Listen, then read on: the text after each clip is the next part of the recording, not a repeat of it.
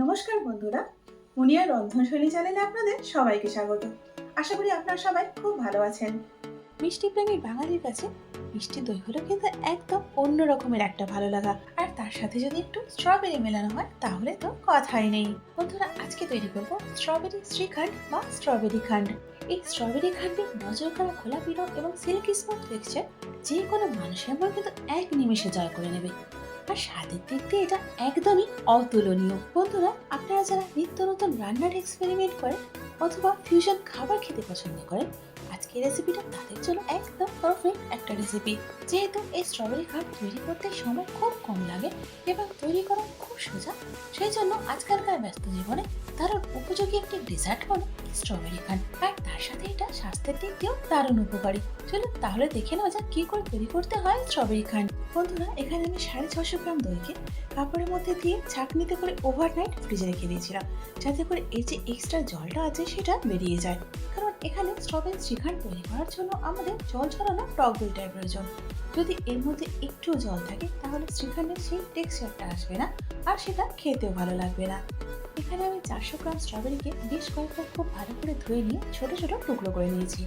এখানে আমি মেজারিং কাপের হাফ কাপের একটু বেশি চিনি নিয়েছি, সেটাই এখন প্যানের মধ্যে দিয়ে দিচ্ছি। এবার এর মধ্যে দিয়ে দিচ্ছি কেটে রাখা স্ট্রবেরিগুলো।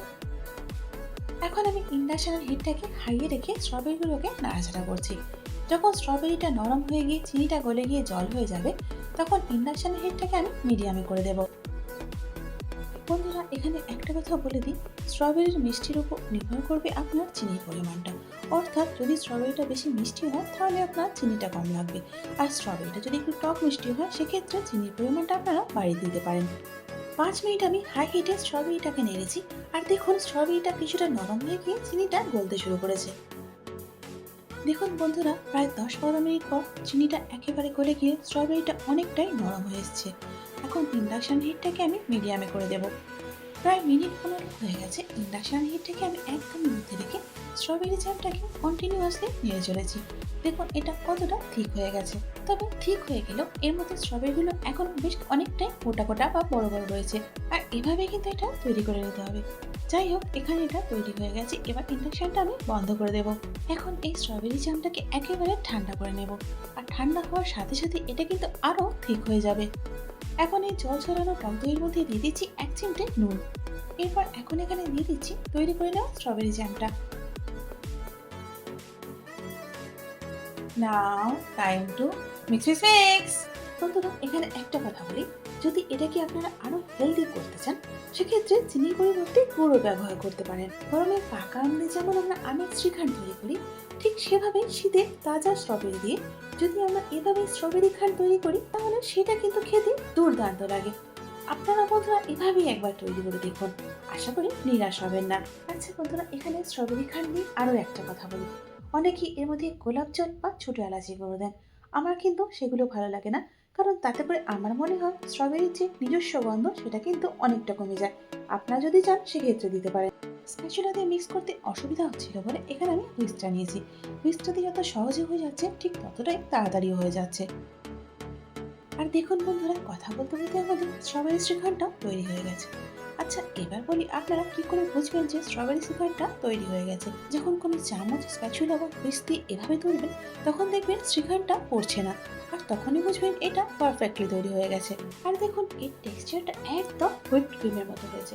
তাহলে দেখে নিশ্চয়ই বুঝতে পারছেন এটা খেতে কতটা লোভনীয়। চলুন এবার এটাকে পরিবেশন করি। বন্ধুরা, এখানে আমি স্ট্রবেরি খান্ডটাকে সার্ভ করে দিয়েছি।